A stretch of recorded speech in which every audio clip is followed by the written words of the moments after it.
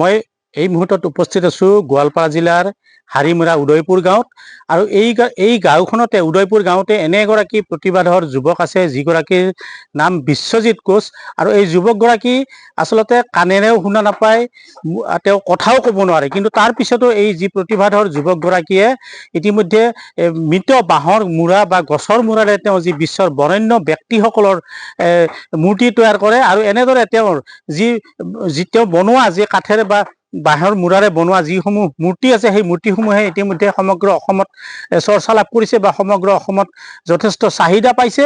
আৰু ইতিমধ্যে মই মোৰ সতীৰ্থক এই যি তেওঁৰ যি দৰিদ্ৰ পৰিয়ালৰ এজন ল'ৰা হয় তেওঁ, আৰু এই পৰিয়ালটোৰ এইগৰাকী যুৱকে যি তেওঁৰ প্ৰতিভা তেওঁৰ তেজত আছে, তেওঁক ভগৱানে দিছে, সেই প্ৰতিভাৰে তেওঁ যি মূৰ্তিসমূহ আছে, যি বাঁহৰ মূৰা বা কাঠৰ মূৰাৰ যি মূৰ্তিসমূহ আছে সেই মূৰ্তিসমূহ অতি সুন্দৰভাৱে তেওঁ বনোৱা দেখিবলৈ পোৱা গৈছে। মই মোৰ সতীৰ্থক তেওঁ যিসমূহ মূৰ্তি বনাইছে সেই মূৰ্তিসমূহ মই দেখুৱাই যাবৰ বাবে অনুৰোধ কৰিছোঁ। খুব ধুনীয়াকৈ তেওঁ বনাইছে আৰু যিসকল বিশ্বৰ বৰেণ্য ব্যক্তিসকল আছে, যে ৰতন টাটা বা মাইকেল জেকচন, হিমন্ত বিশ্ব শৰ্মা বা অন্যান্য যিসকল ব্যক্তি আছে, তেওঁ বিভিন্ন ক্ৰিকেট প্লেয়াৰ আদিকে ধৰি বিভিন্ন ব্যক্তিসকলৰ ফটো বা তেওঁৰ ফটো চাই মোবাইলত হোৱাটছআপত চাইয়ে তেওঁ সুন্দৰভাৱে তেওঁ বনাই দিব পাৰে। এক অসাধাৰণ প্ৰতিভা তেওঁৰ তেজত আছে আৰু সুন্দৰ তেওঁৰ যি কৰ্মস্পৃহা, তেওঁ ৰাতিপুৱাৰ পৰা সন্ধিয়ালৈকে তেওঁ সেই কাম কৰি থাকে আৰু আচলতে ক'ব লাগিব যে তেওঁ সৰুৰ পৰাই সেই কাম কৰি আহিছে আৰু অতি সুন্দৰভাৱে তেওঁ এই মূৰ্তিসমূহ বনাই আহিছে আৰু এই মূৰ্তিসমূহ তেওঁৰ বজাৰত যথেষ্ট চাহিদাও পাইছে। তেওঁ এইবিলাক বস্তু বিক্ৰী কৰে বা তেওঁ বিভিন্ন মানুহক তেওঁ উপহাৰ হিচাপে প্ৰদান কৰে। মই মোৰ সতীৰ্থক যিগৰাকী যুৱকে আজি কাঠেৰে তেওঁ যিসমূহ মূৰ্তি বনাই আছে সেই মূৰ্তি বনাই থকাৰ তেওঁ কাম কৰি আছে, এই মধ্যে কাম কৰি থকা মই সতীৰ্থক মই দেখুৱাই যাবলৈ অনুৰোধ জনাইছোঁ। এজন সৰু ল'ৰা, তেওঁ বিশ্বজিৎ কোচ, খুব সুন্দৰভাৱে তেওঁ আপোনালোকে দেখিছে যে এই কাঠৰ তেওঁ মূৰ্তি বনাই আছে। তেওঁ হয়তো কোনোবা এজন বিশ্বৰ বৰেণ্য ব্যক্তিৰ তেওঁ মূৰ্তি এটা বনাই আছে, খুব সুন্দৰভাৱে বনাই আছে। যিহেতু তেওঁ কথা ক'ব নোৱাৰে বা তেওঁ কাণেৰে শুনাও নাপায়, মই তেওঁৰ ককায়েক আছে লগত, মই ককায়েকৰ পৰা মই কিছু কথা মই জানিব বিচাৰিম। দাদা, যিহেতু আপুনি বিশ্বজিতৰ দাদা হয়, আপুনি বিশ্বজিতে সৰুৰ পৰা এই কাম কৰি আহিছে নেকি? কেনেকৈ এই কামৰ প্ৰতি কাম শিকিলে? কামটো আগতে সি কাগজত লিখি আছিল, তাৰমানে কাগজত লিখি তাৰপিছত শিকা হ'ল, তাৰপিছত কাঠৰ বনা চুৰু কৰিছে।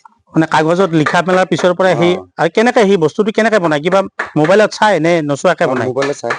মোবাইলত চাই হোৱাটছআপতে চাই পেলাই সি একদম হুবহু বনাই দিয়ে।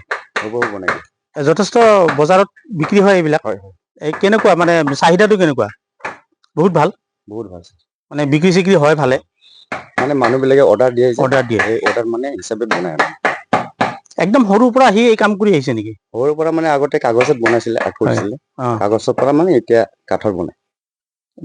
এনেকৈ বনাই থাকে বনাই থাকে। কিবা চৰকাৰী ভাৱে কিবা সাহায্য দিছে নেকি কোনোবাই? চৰকাৰৰ পৰা দিছে ছাৰ। কোনে দিছে? আমাৰ হেমন্ত ছাৰে দিছিলে আৰু নামটো ইমান নাজানো। ৰাভা সংঘ পৰিষদৰ ফালৰ পৰা দিছিলে। ইতিমধ্যে যিগৰাকী এই যি অসাধাৰণ প্ৰতিভাৰ যিগৰাকী যুৱক বিশ্বজিৎ কোচ, আৰু এই বিশ্বজিৎ কোচ আচলতে সৰুৰ পৰাই তেওঁ এই কাম কৰি আছে। প্ৰথমতে কাগজত তেওঁ চাই তেওঁ ছবিবিলাক আঁকিছিলে বা তাৰ পিছৰ পৰ্যায়ত তেওঁ মোবাইলত হোৱাটছআপত তেওঁ ছবিবোৰ চাই পেলাই তেওঁ হুবহু একেবাৰে হুবহু তেওঁ বনাই দিছিলে।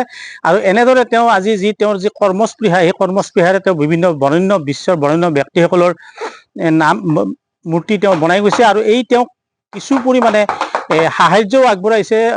আমাৰ মাননীয় মুখ্যমন্ত্ৰী হিমন্ত বিশ্ব শৰ্মাই তেওঁ সাহায্য আগবঢ়াইছে বা ৰাভা সংঘ পৰিষদৰ পৰাও তেওঁৰ যি সা সঁজুলি যিসমূহ লাগে, হাতুৰি বটালি এইবিলাক বস্তু তেওঁ কিনি দিছে। আৰু এনেদৰেই যুৱকজনে অবিৰামভাৱে তেওঁৰ যি জীৱন সংগ্ৰাম তেওঁ চলাই গৈছে আৰু তেওঁৰ যি অসাধাৰণ প্ৰতিভা, সেই প্ৰতিভাক তেওঁ বিশ্বৰ সন্মুখত তেওঁ প্ৰতিষ্ঠা কৰাৰ কামত অহৰহ লাগি থকা দেখিবলৈ পোৱা গৈছে। যিকোনো খবৰৰ বাবে যোগাযোগ কৰক 7099017330 লগতে 7099017110 নম্বৰত।